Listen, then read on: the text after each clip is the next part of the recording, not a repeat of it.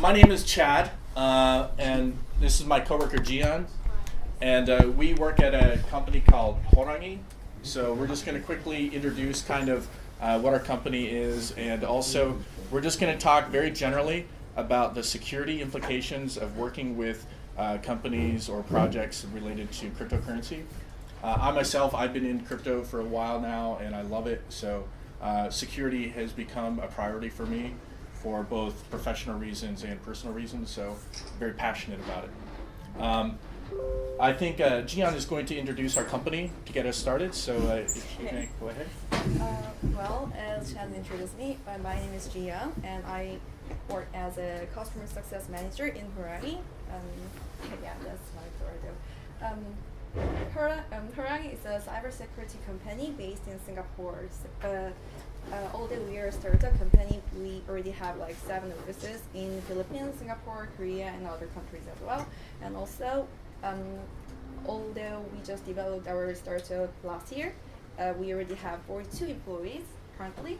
And yeah, well, as a security company, we are offering 3 products and also extra security services, which is such as instance response, penetration testing, and also crypto-related security services.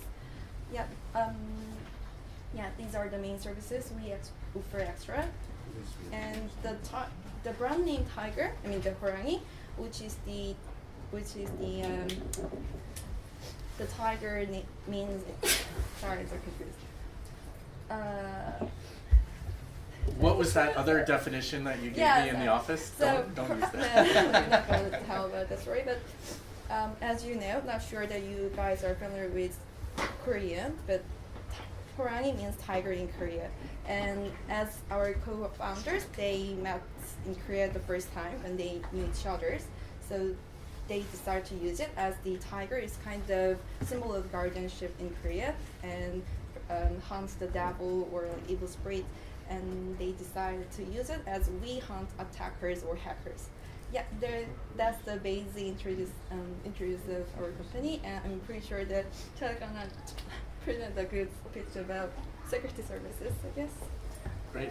Yeah, so I guess what I want to establish from the beginning is that I don't want this to be a presentation for us like talking to you guys. I want to have this as much dynamic and as much discussion, as much talk, and as interactive as possible, because I think that just makes things so much better when we're doing these things. So I'm going to really try to encourage you guys to ask questions or to speak out or to give your opinions, your comments. And our content is extremely wide open and generic. I'm not going to drill down in any kind of eye-glazing type of technical detail. I just want to talk about more generally about cryptocurrency and security. And we're just going to be here as kind of panelists, I hope. So I really hope you guys get involved and you get talking and we have a discussion more so than a presentation. During or after? The whole thing, John. I love it.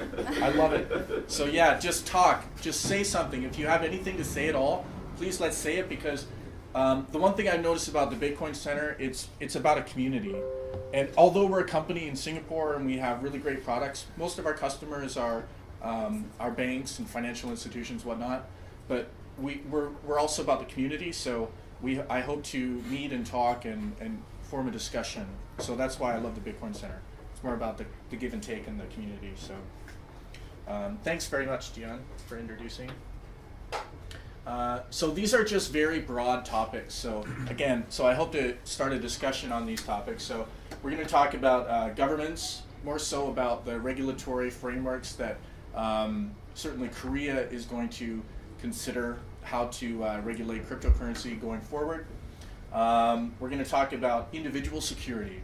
So what I found is that the biggest vulnerability in cryptocurrency is actually you as an individual.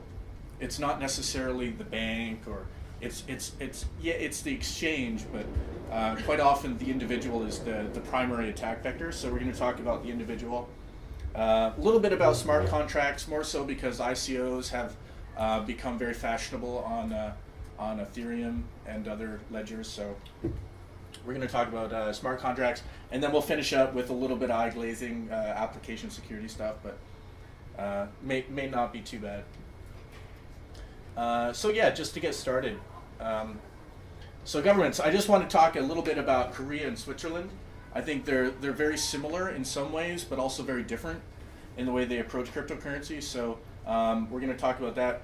And one thing that I'm very passionate and I love is that the cryptocurrency community is very spontaneous and self-organized. So I want to talk a little bit about self-governance and some organizations that are really helping to drive very good regulatory practice in the community. So yeah, just to start out. So Korea, I've lived in Korea for about 10 years. So I know Korea very well. My wife is Korean. I first found Bitcoin here in Korea about 4 or 5 years ago. Met John probably, how long has the center been open, John? 3 years now. Three years ago I met John. Yes. Yeah. And Korea's probably a leader in terms of the Korean people using and trading cryptocurrency. So the regulatory environment here has been very interesting. So I would say that there's a problem, and there's also a wonderful aspect of Korea with government and how the security of your business is going to, because cybersecurity is ultimately about the security of your business, and the biggest risk that you have is the business risk involved with the regulatory framework in which you set up your business with. So a little bit of background, when an ICO calls us and they're experiencing some kind of threat or some kind of a hack, quite often we discover that it's not so much the technology, it's more so the planning process that they didn't follow through on prior to the setup of their business.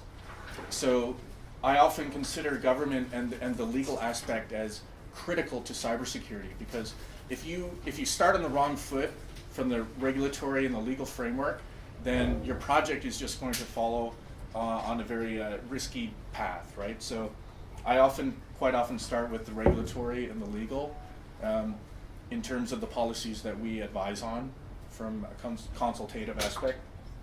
So just a little bit about Korea's regulation. I believe, Carolina, you are studying law, right? Yes. Do you have any, before I begin, do you have any opinions or thoughts about the regulatory environment recently? In Korea? In Korea? In Okay. Korea. Like, what I have studied so far is that, in my opinion, Korea is trying to see more the environment, what happens around the environment for regulation of cryptocurrency, more than take a step. So I'm saying that because, as all we know, before Korea was very strict taking regulations on cryptocurrencies and trade of cryptocurrencies, but since they saw the consequences they got, let's say, of the regulations they took, feels like during the last days they are taking a U-turn about more flexible policies regarding cryptocurrencies. So first they said foreigners and banks can't like encourage the purchasing of cryptocurrencies, but now it's like another step. So I think Korea is trying to see more the environment around cryptocurrencies for take kind of legal framework on that. Okay, great. Right And now it's more political than legal. Really? It's the election season, there's a new president, and there's regime change, and different ministries have different people, and it's a bit chaotic right now, and it's power struggle. So you have conservative side, moderate side, and they're kind of always colluding. And the problem is when the different ministries, have power struggle, they don't talk to each other. They feel like, oh, I shouldn't tell this to everyone. This is my information. So when that happens, things get by, or some miscommunication happens, and they make wrong announcement, such as banning Bitcoin or banning the entire exchange, right? But then again, they come back and say, well, there wasn't really official stance of the government. It was just my personal opinion. So that's what's happening right now. But I think it's maturing. Politically, environment is maturing. now that the cryptocurrency market is established, they're looking at this more cautiously and more seriously, right? So they feel the need to sit down and really study and come up with proper draft of the legislation, rather than just, oh, we're going to ban this, ban that, or shut down this, shut down that. Because they realize now that there's no legal basis for all these actions they do. So that's the stance. And also, if you're interested in this topic more, Carolina will be doing a presentation next Saturday on crypto legal issues. Right? Oh, perfect. So Awesome. if you're interested, Next Saturday. then Awesome. So Awesome. please join us. We'll be very happy to have you. Fantastic. Just to add on to that. Yeah, Jason. So some people in the news recently, one of the top guys who was in charge of the crypto regulation, apparently he just died. Yeah. And now people are starting to get like all these conspiracy theories about Conspiracy. I think the official cause of death was heart attack. Yeah. So we were like, oh man, he was poisoned. Some real I've bad heard about chemistry. that. Some bad I was posting it. Oh, that's funny. It's not funny. I noticed like kimchi premium is back. Yeah, it is. No, it always comes back, right? Yeah. He died. Coincidence? From a sacrifice. Yeah. But thanks, John. Yeah, that's very apt. But I would also say from a positive perspective, and this is one thing I really like about Korea, is that Korea is very democratic. I find that Korean people really rally around ideas and concepts, and I think a lot of that pressure for rescinding that ban or rescinding some of that language within these regulatory bodies like the FSC, I think came from the democratic voice of Korean people. So that's fantastic. The other thing I would say, though, that unlike Korea, I find that Switzerland is setting a fantastic example about how they approach the understanding of blockchain technology or distributed ledger technology, in that they're not lumping everything like America into like a kind of asset or a commodity. They're actually looking at utility tokens, security tokens, and asset tokens as three separate legal constructs. And I think that is just a really wise and really forward-thinking way to approach how this industry will develop, because like we were just talking about real estate earlier, it's clearly not a utility, it's not necessarily an asset. How do you define that type of token? How do you define a Dogecoin, right? How do you define a Bitcoin? How do you define a smart contract? So by actually understanding the technology and being proactive in a financial sense, I think Switzerland is setting a really wonderful example. So I encourage people to look into the legal structure of how they're forming or framing their discussion, which I think is in contrast to the way Korea is framing their discussion, which is a little bit chaotic and a little bit, negative to the businesses and the security of the businesses participating in the legal framework of the government. Okay. Next, I wanted to mention also, I think that within the last year, a lot of organizations have been forming. I think it's called the industry of blockchain Korean exchanges, something like that. So a lot of organizations of businesses and exchanges are forming and coming together and providing a kind of unified voice to the government about what their legal needs are, what their regulatory structure would be, what is the ideal structure for them.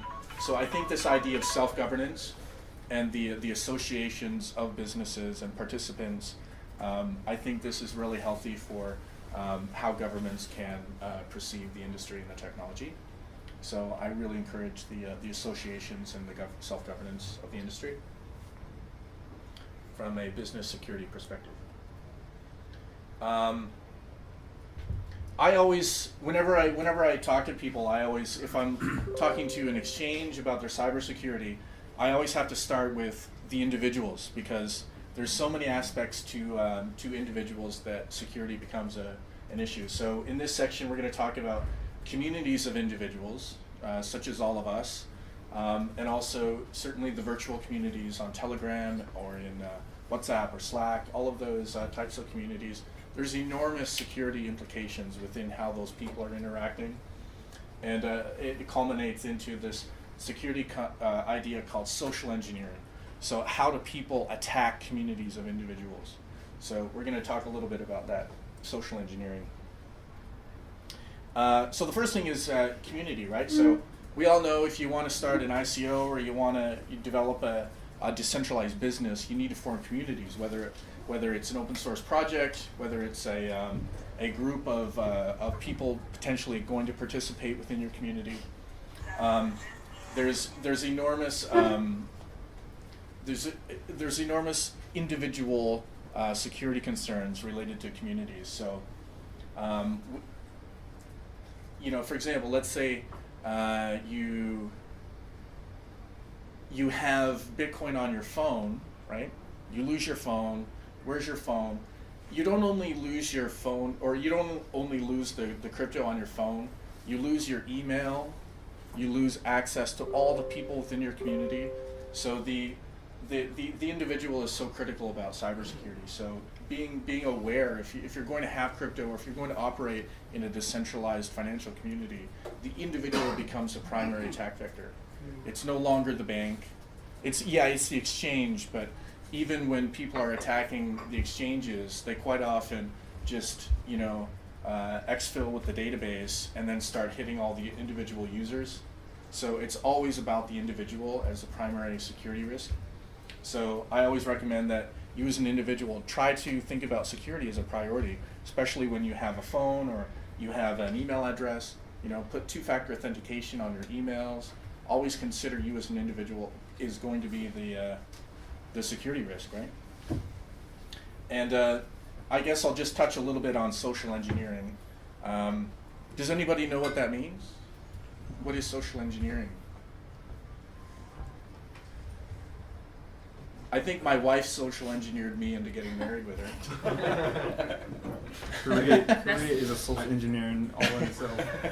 I guess social engineering is the act in where you basically force a society to think one way, and this is the only way, and no other way, more or less. There's a societal aspect of engineering societies. Absolutely. This is the way we do it, and we don't do it any other way. If you try to do it any other way, we're going to call you out on it. Okay. Yeah. Is that another? Yeah. It just to me it sounds like a nice way to say manipulation, but it's like manipulation. Yeah. It's like manipulation, right? For sure. From a cybersecurity perspective, it's more about how do you get access to some technology through the human being itself. So let's say, for example, you want to get into you want to access an AWS account, or you want to access the database of some company. Trying to actually get into the actual technology is technically extremely difficult. A much easier attack vector is to meet one of the individuals working in the company and try and convince them to be trustworthy with yourself, or try to create a relationship and then get their email account. So it's about the social aspect of trying to hack into technology through the human being. So that is actually a very it is a prevalent attack vector for any business, especially any financial business, but more specifically with crypto businesses, because there's so much value within the individuals. Because if, let's say, I have a wallet and there's 3 people that have access to the multi-sig wallet, I mean, it doesn't make any sense to hack into the business or the technology. You have to hack into those 3 people. So how do you hack into their life? How do you data mine all of the networks within their, like, you can find out somebody's political belief, their romantic belief, their favorite sports team.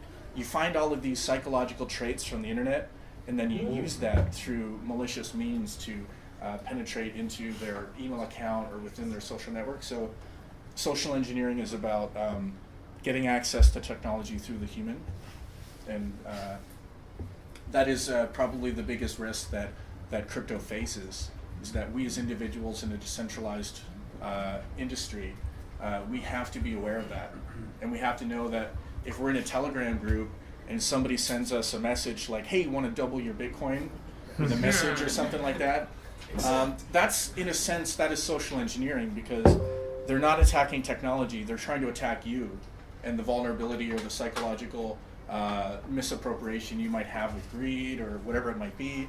So they're trying to attack your money through you as an individual, right? So that is social engineering, and they're very common, right? I mean, I get them all the time. I get these messages. So we as an individual, when we're participating in online communities, we have to be extremely aware of social engineering, because that's going to be a primary attack vector when we participate in crypto. So just to be It's aware like of the $5 wrench situation, right? that. Sorry? What? The $5 wrench.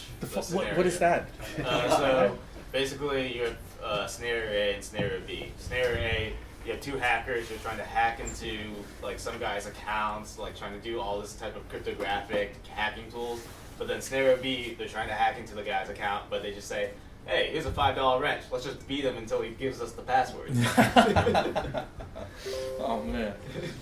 Well, don't beat me later. $5 wrench.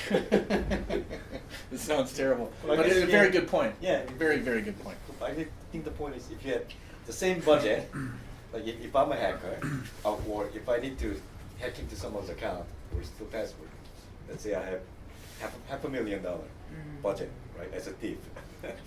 I could either use that to buy some kind of quantum computer or some ridiculous computer, or I could just pay some people. Hey, if you give me your cash, I'll give you $250,000. We'll split it, right? Right. Which one's gonna, which one's more efficient? I think. Yeah. The guy will take the money, right? Yeah. And I don't have to waste it on computing power. It takes less time, right? Sure. Yeah. Absolutely. So I'm sure we've all experienced social engineering attacks in our lives. Quite often they come from email primarily, right? So I always say, like, if you're trading, if you have any assets on any exchange, we know that the best way to get access to that exchange is through your account with your email address.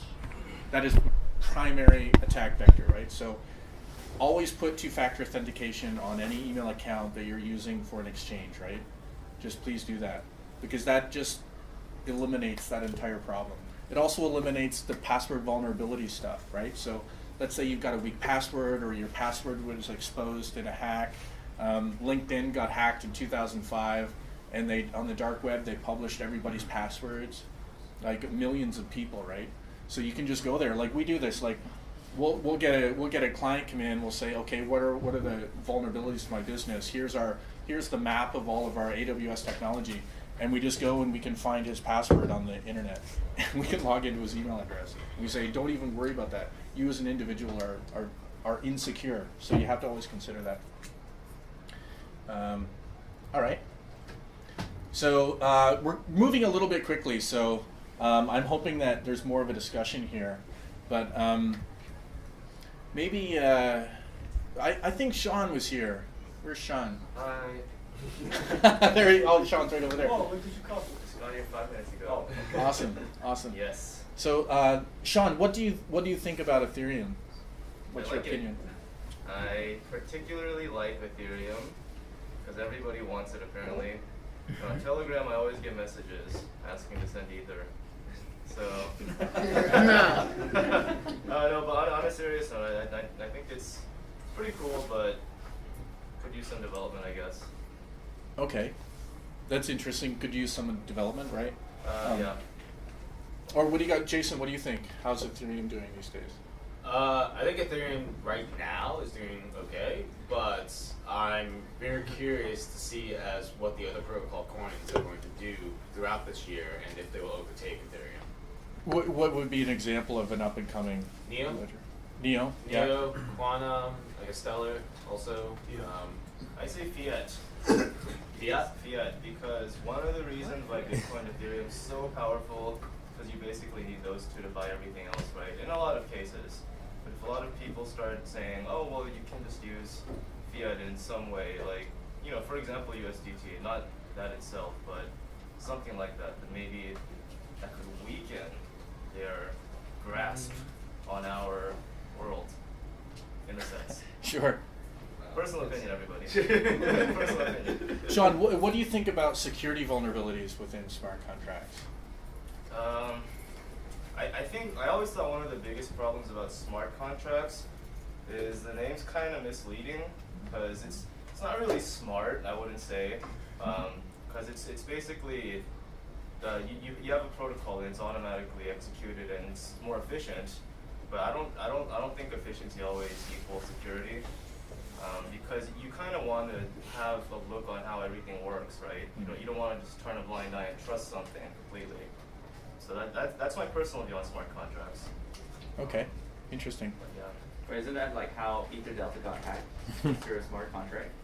Yeah, Ether Delta was It's really hacked. dangerous, yeah, smart exactly. contracts. It's not that Ether Delta sucked. It's just somebody took advantage of the feature. It's Turing complete, so you can put in your own code technically to execute. And somehow that was malicious, right? Right. It's like the right. parody of multi-sig. Right. parody Yeah. too, Yeah. The right. parody thing. Right. Parody. Right. So there are. Extremely fragile. Yeah. No. But I think more recently we've kind of developed this whole kind of open source community about how to standardize what certain contracts look like. So I think some of those early vulnerabilities are getting patched, but as we move into more complicated smart contracts, like certainly within the legal scope of things, once we start building organizational structures that are operating in a kind of computational way, right? The idea of security within all of those different logical business outputs is going to be massive, right? So the reason why I mentioned Ethereum though is that 2017 the ICO was massive, and the first quarter in this year, I believe some of the rough estimates of ICOs last year was about $5 billion worth in total, just within the first quarter. Just within January of this year, we've already done about 2 billion. So we're looking at, probably a tenfold increase if the current rate continues in terms of new money coming into the smart contract ICO Ethereum industry.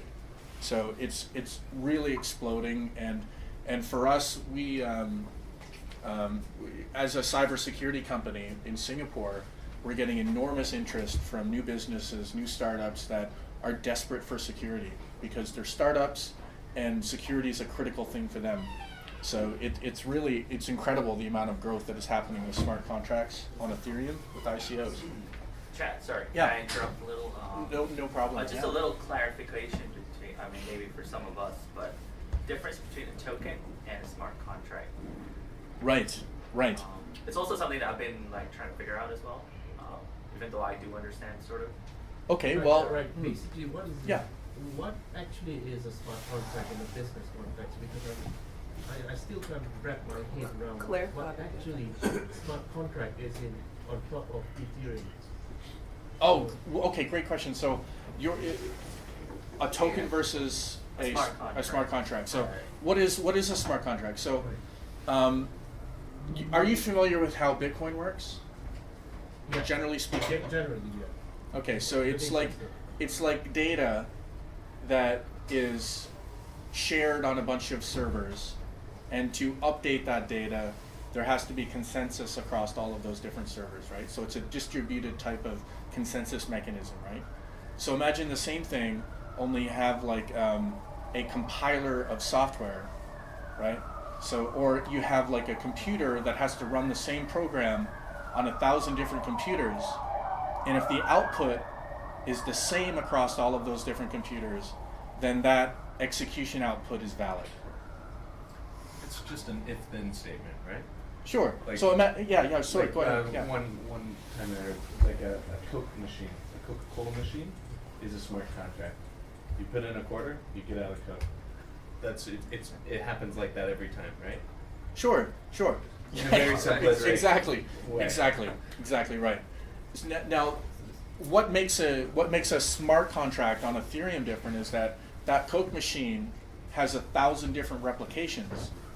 So when you put in that quarter in the Coke machine, that same output has to be validated across a decentralized network of the exact same Coke machine. so that you can't tamper with the one Coke machine and have a free Coke, right? So that dollar in, Coke out, that has to be validated across the decentralized network of servers or nodes, right? So that's going to be slow then if you have millions and millions of transactions all around the world. Then simultaneously. It's incredibly slow. Yeah. It's incredibly cumbersome.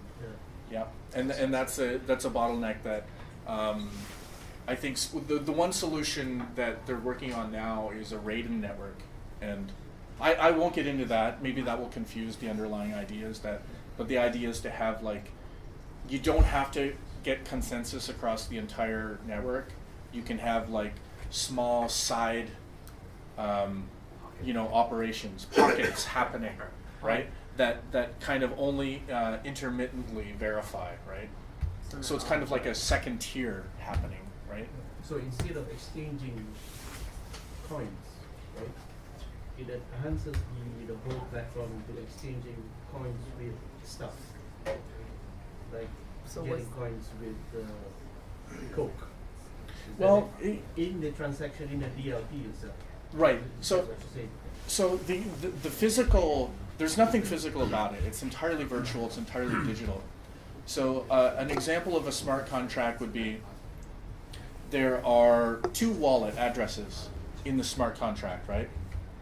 So you send the money into the smart contract, right? Let's say you send 1 Ether into the contract. That Ether gets split and divided into those two addresses. A very simple contract. So if you send money, imagine you're a business, right? And the profit distribution of your business, you have certain kind of share ownership in the business, and you want to distribute profits across the rank of ownership in the business, and you just have a smart contract. So money in is distributed across the ownership value within that contract, right? So kind of a simple idea like that, right? But typically nothing physical, right? It's very hard to do the O2. There's too much trust in the bridge between the offline and the online. But in terms of digital kind of value representations, these contracts are incredibly powerful. Or that was one thing I was just going to really hit home and clarify, is that all these smart contracts are dumb, and they are almost, there's ways to get around it, but in general, none of these are able to talk outside of their own little system. So the idea of the vending machine works, but it's sort of a broken analogy because it's not a money to computation to a physical thing. It's its own token to its own computation to another different token, all within the same system. Sure, and how you get offline from blockchain is a huge problem, and I think a lot of the regulatory problems that we're facing in Korea is like, how do you get your Korean won, which is physical, into the blockchain, or how do you represent that online to offline problem, right? So there's a big source of innovation that's required in how you represent that transition between the offline and online. Tether managed. Sorry. Tether did manage very well, yes. That's a veil. Okay. No one trusts it. I still have to trust They them. certainly don't have $1 billion. But there's one thing about those Bitfinex people, is that they're incredibly resilient. Right. They always seem to come out the other end. Don't exchanges offer that? The on-ramp from fiat into crypto, and then off-ramp as well? Well, it's increasingly becoming problematic for the banks. Right. So it used to be, probably a few years ago, it was very easy. But now they're in this kind of gray area of, is this a competitor to us? Is this a legal risk? Is this a business risk to us? So the scale of the cryptocurrency has kind of created not a regulatory problem for blockchain, but more like a business risk problem. It's too big to ignore. On the on-ramp into it, right? Yeah. So, yeah, that is a problem. But there's some, what was it? The DAO, or the Parity wallet. Was it you mentioned? Parity, yeah. What do you recall, or what do you know about that one? coder, I was gonna main ask, I was like, developer I'm not gonna working on just it look it up. accidentally deleted code and deleted A 30 library. million or No, 100 million, there were right? two different. Well, I'm talking about the most recent Most one recent that was one, yeah. Polkadot and Yeah. those guys. So there's But a- the one like in November of last year or whatever was another one, right? Right. That was more of a hack. This was more of a, oops, I deleted something, now it's frozen, from what Yeah. I understand. But like that just demonstrates the fragile nature of these things, that you can just accidentally do one and there's no reset my password button in blockchain, unfortunately. There's not. So, There's not. And there's ultimately two major cybersecurity problems. One is that anybody in the world can hack at it. It's totally publicly visible in terms of public ledgers. Everybody can see your code. Everybody, the smartest coders in the world, can look for vulnerabilities and they can attempt to exploit your software. Whereas if you're in a private repo that's in an AWS server, people can't necessarily just look at your code and then exploit it, right? So there's an enormous cybersecurity problem in the auditing and the testing of smart contracts that we at Horangi are trying to solve to make these contracts better. But yeah, there's some major attack profiles with smart contracts, right? As I just mentioned. Does anybody know about DAO? What happened with DAO? You mean recently? or in general? In general, Gee, I don't know. yeah. What do you think, Charles? I honestly don't know much about the stock market, but DAO? yeah. No. DA, Right. Not the. Oh, like thinking like Dow Not the Jones. industrial. That's why I came for this. That's awesome, Charles. That's awesome. Oh, you mean like the- decentralized autonomous organization? Yes, Oh, exactly. okay. Log down.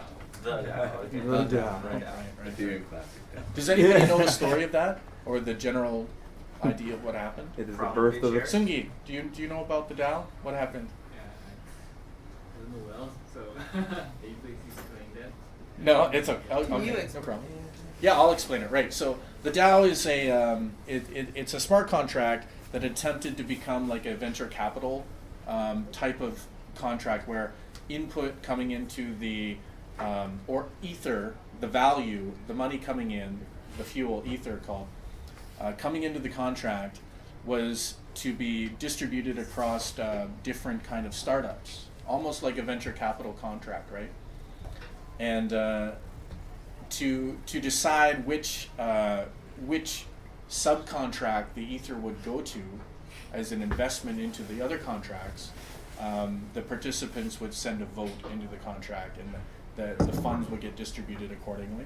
A pretty complicated idea in terms of law, but also in software as well.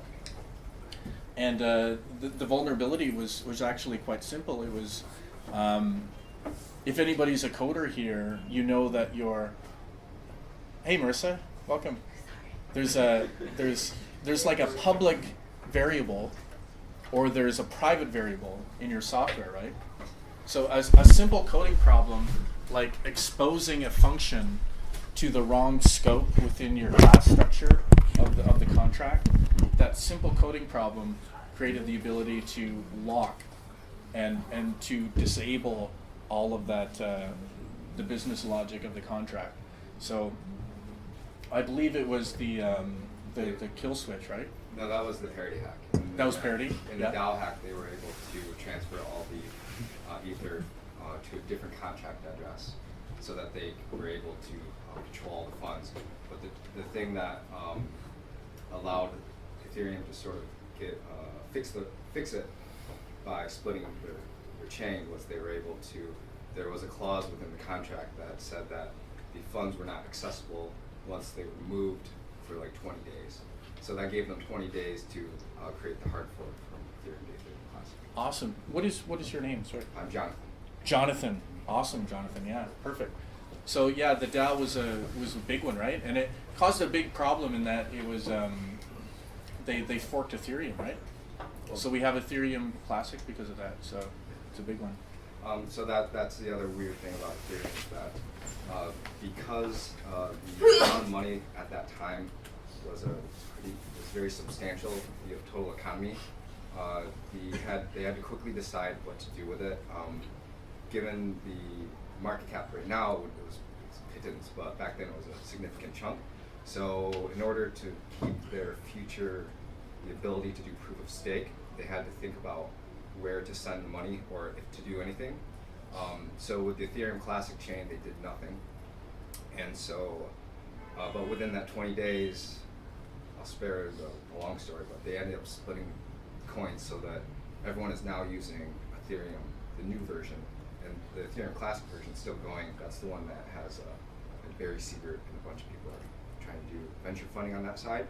But the without going through all the politics that happened, you now have with Ethereum a sort of a point in time where you can say, this is not what happened in code, this is what people decided to do. So it ends up being a horrible precedence for the idea of trustlessness, at least within a blockchain world. And decentralization. And decentralization, yes. Awesome, thanks. Yeah, so smart contracts are a big part of the business, and I'll just get back to what Charles had asked. What's the difference between a token and a smart contract? Most of the businesses that come to us, they are not looking for a complicated DAO contract. They are just looking for a simple Bitcoin style token. So they just want a simple kind of representation of value. They don't want some complicated logic. So they're looking for what's called a crowd sale contract, and that is basically an ICO. So they want people to send in Ether into the contract and then receive some other kind of token. So in this case, if it's, let's say it's Bitcoin Center token, then you can send in Ether into the contract and receive some kind of pre-established value of that Bitcoin Center token, right? So it's kind of a one for 0.01 kind of a math thing, right? Yeah, so tokens are used for the ICOs on Ethereum, and they're called crowd sale contracts. And usually, that's the biggest issue we have is that people want to do these ICOs and they want to create their own token, and it's a representation of value, but typically it doesn't have any kind of application purpose. It's just simply a kind of it's like a security, it's like an equity almost, only it's not, right? So it's a token, I guess. So yeah, and so we do, our business is more so on the auditing and testing of the actual software, so making sure that the vulnerabilities are tested and working well. And does anybody have the time? It's 5:50. 6 o'clock. Okay. So we'll try and finish up in a few minutes. So we're not going to go for 2 hours. But, so does anybody have a startup here? Is anybody working on a startup? Awesome. What is your startup? What are you guys doing? Like trading software, SaaS. Okay. Trading software. Mm-hmm. What kind of trading? Technical analysis on cryptos. Oh, fantastic. Yeah. Okay. So are you doing like a for your own personal trading or? Yeah. Well, and for a fund. And for a fund. Wow, fantastic. Anybody else? No? Okay, no startups here. ICO. Wow. ICO. Oh, you're doing an ICO? I'll think about it. But Thinking about it. All right. Awesome. We're gonna probably head over to Singapore someday. Oh, nice. Yeah, please do. Yeah, definitely. Great. And I know, Marissa, you work with Kraken?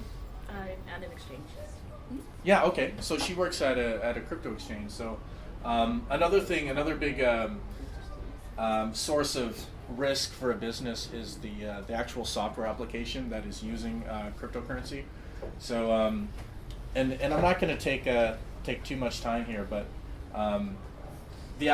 first of all, it's the human being is a major cybersecurity risk, and then secondly, the application itself is your primary cybersecurity issue.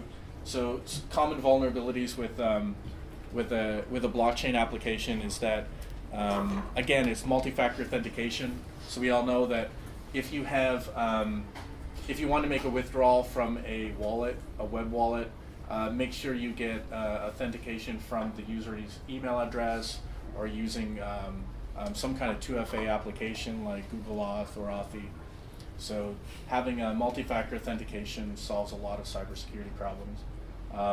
Common vulnerabilities with applications are typically mean that you have poorly configured AWS cloud environments. You have applications directly exposed to the internet. You're not behind a web application firewall. You're not shielding a lot of your critical business logic behind within a virtual private cloud. So those are common vulnerabilities that we have. Certainly the I know maybe John you don't like this, but WordPress is often the biggest issue we have, is that people will quickly spin up an ICO on WordPress and they don't even consider any cybersecurity at all, right? And so they have just an EC2 facing the internet with a WordPress website and the MySQL database right on it with the port open, and we're like, oh my God, right? So so that is something we've witnessed and we've dealt with. So our whole take on the whole ICO industry about cybersecurity is that you need to think about cybersecurity from the beginning. You can't just rush into it, because if you just rush into something, anything on the blockchain at all, you're just going to be a target of so many very, very talented hackers. So you have to be very careful about your application and the way you set it up. And the way that typically, and it's not very expensive. So you stand up your application, you've got a business, you're a startup, you're doing an ICO, and you've got this new website or this new business. All you have to do is just think about penetration testing. So penetration testing is where you hire a skilled hacker, basically, who's going to go through a checklist of all of the common vulnerabilities and try to get access into your site. And there's two different ways you can do that. You can hire a company to do that, or you can have a bug bounty program on that. So if you're ever doing any kind of a startup related to blockchain, do penetration testing on any applications that are internet facing. Can you talk about what would happen in similar part two? The possibilities of what would happen, so they hack into your account, your WordPress or whatever. Right. So a common one is, let's say you're doing an ICO and you have a WordPress site, and you just put the Ethereum address for the deposit on the actual website. Somebody can just hack in there, change that address, and then all of a sudden, all of that ether is just going to some other guy's ether wallet, right? And you can never get that back. So that's probably the most common one. It actually happened recently with a Neo-based ICO. I think it was Apex. I don't know if you heard of it. So these guys, they had like a crappy website. Hackers just got in right before they announced, the token sale, and they got in, changed the Neo address, and it was a big fat show. Yeah. It's a pretty common one. I mean, we've done for cybersecurity, we have a team at the IR team. So the IR team does incident response. So somebody's in the process of getting hacked, and they call Horangi, and they're like, what do we do, right? And then we have a team of cyber ops guys that come in and they assess the situation and they stabilize it. And that exact one is a huge one. So we've actually done one, and these poor guys, it was on, I won't say, but there was just money flooding out, and these guys were like, what do we do? But luckily, the money coming in was greater than the money going out. So they're like happy somehow. Right? They call it doing. So for people who want to do it, so they shouldn't use WordPress. What do y'all recommend for people to use this build from what platform then? Well, I would say that it's not that, I mean, there's certain plugins like WordFence is really great. If you buy it and you set up the stack well, WordPress is fine, right?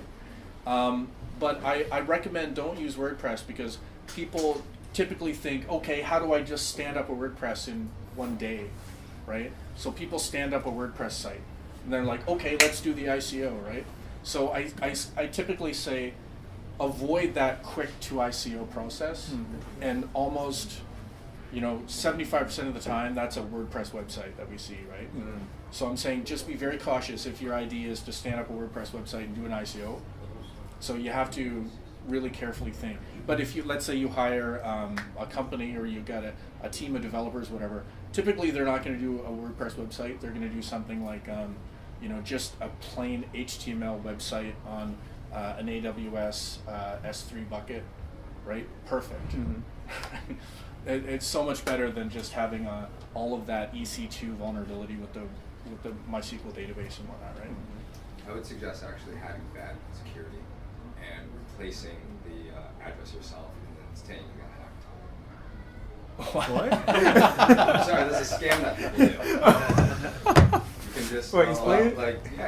You put up a website, you put your address, say you're gonna have your sale, then you change it yourself after you put them up proxy through Couture, and then you say you got hacked, and now you have all the money and you didn't have to do any work. Wow. Well, I would advise never do that, Jonathan. But that is interesting, because what was happening with one case we did was it was a PHP WordPress thing, and the address was getting changed, but the hacker was smart enough not to just change it.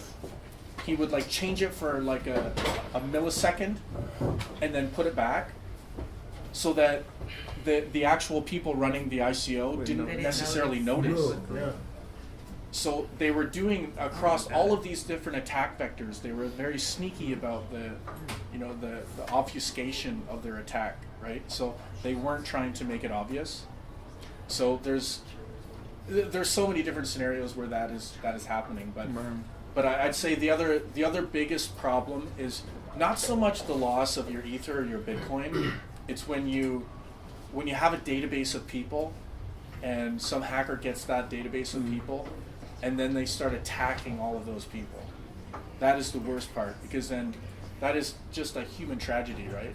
It's like they're just attacking all of these people that are quite often maybe not so savvy, maybe a little bit greedy, maybe vulnerable somehow.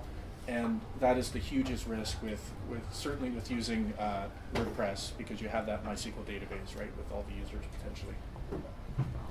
Sorry, I hate to interrupt again, but so from an exchange's point of view, how do they handle DDoS, for example, prevention regardless of it for an ICO? I mean, even an exchange can be an ICO, right?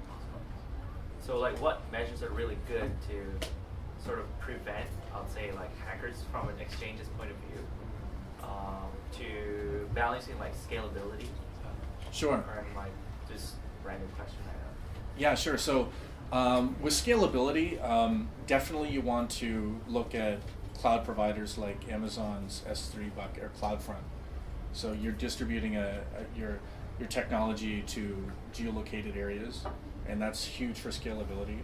And the other thing is, DNS hijacking is actually a huge problem. So yeah, you've got all of this infrastructure set up, but if you just change the A record, or if you just change the actual IP address behind the domain name, then you can set up a clone of the website, and you can just have that cloned website with a different Ether address for the deposit. So the DNS hijack is a huge problem. So you want to make sure that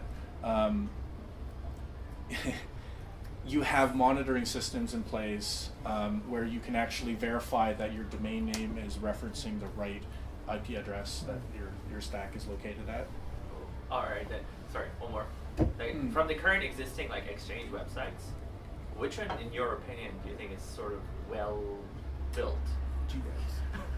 It sounds weird because if I look at something like BitThumb, right? They have a very classic Korean way of building a website versus Upbit, where they're using React, and they probably have an AWS somewhere, right? Right. Yeah. So have you seen any exchanges that you think are well built so far? Sure. Just to kind of, maybe this is my own bias, but our founder, Lee Salt, and also Paul, the CEO, they are ex-Palantir people, so they come from a pretty good stock of data cybersecurity knowledge, and the CISO, the Chief Information Security Officer of Coinbase, is a former colleague from Palantir. So Philip, he's he's a really smart guy, and he takes security as a priority. So he's an ex-Palantir guy at Coinbase. So I would definitely say GDAX has probably the best stack available. Yeah. Right. Thank you. Yeah. Yeah. Point. Marissa, yeah. I noticed the other day there was someone posted about Bitfinex. Someone changed the Unicode of the N to register a website called Bitfinex, and people were going to that website. I don't know if you heard about that, or if people fell for that, but that was a thing like this week, I guess. Wow. That's a common one to do. Yeah, people are registering websites by just changing the Unicode character to make it appear as an actual like Bitfinex. So like it would, the end would have like a little dot, like it would look like an umlaut, but on the bottom. Right. And your little line would go right through it. But I noticed on Chrome nowadays, they have better typography. So when there is sort of a descender on the font, there's a little space on the underline. But on like Firefox, it goes right through, and you never see that. Wow. Very good point. That's really interesting. Use Chrome. Really interesting, yeah, definitely. Yeah, so URL spoofing is a big problem. There is, I forgot, I don't know that there's a plugin that you can use for your Chrome or your Firefox browser that allows you to, I guess, they verify or pre-verify ICO and cryptocurrency websites ahead of time. I don't know the name of it, but that's a thing. So they identify a list of actual sites. And if it's green, if it remains black, that means you're not on a trusted site. If it goes green, then you're on a trusted site. So they'll pre-register and give you that verification. Yeah, and there's this is a little bit eye glazy, but Let's Encrypt is a very common way to create certificates, right? For the encryption certificates. So they don't actually have the corporate domain registration in the actual certificate. So although it's very quick and very easy to use that technology, it goes quick to turn out certificates. Sometimes it might be better to go to something like a Komodo, right, where they've got the actual verifiable name of your company on the browser in Chrome, right? Yeah. So something like that. But another common way to help the social engineering aspect is to always make sure that you have like training kind of notifications throughout your application. So before you send an address, make sure you have a message. Verify that this is your address. Is this your address? Are you at this domain, corbett.co.kr, etc., right? So make sure that you kind of incorporate cybersecurity in the design process from the human-facing experience, right? Very, very important stuff. Right. I think maybe let's wrap it up. If you have any questions or anything at all about security in general, please reach out to us. We're at Horangi.com, or as our American founders say, Horangi. So find us at Horangi.com, and please send us an email. But I guess we'll wrap it up, and then maybe we'll have some questions, or if anybody wants to have a discussion about anything at all, we'll have a brief discussion. So thanks. Yeah, John. So do you have to be, how do individuals or companies become your client? Do you have to be a client first, and is there a subscription? Or let's say I'm an ICO and I never heard about Horangi, but all of a sudden I'm getting hacked, and I just find out, and if I contact Horangi at that moment, like, can you jump in right away and do something? How much would that cost? Right, so maybe that's something you can answer? Well, actually, a cost is totally depends on their host size and the size of their attacks. So usually, like when customer contact us, if there was an emergent accident, then our team, the IR team, can directly jump into their attacks after having some consultation, of course. But basically, like small startup, they usually look through our website through Googling and instead of asking just IR, they usually ask a penetration testing first. Those are things. Okay. So do you have like a package for penetration we do. test? I pay this much money and you spend, Right. time So usually the problem is like if like we have a couple of really huge clients, and if they have let's say they have like one of our clients has 300 URLs. So in order to do penetration testing on that company scale requires a different proposal than if let's say it's bitcoincenter.org, right? Bitcoincentercareer.org, right? So it's always variable, but on our website we have like a startup package, we have a free tier, we have an enterprise tier, so there are different scales. You can start for free, or you can move into a, like if you come, John, and you sign up and you put in your domain name and you verify it, then we will have an automated scanner that's kind of doing, I think Sungi made it. He made it, right? First? Yeah, at first. So he made it. So it's going to scan your website and look for vulnerabilities in your website, right? Yeah. So we have different tiers, right? You start for free, but you can move into enterprise as well.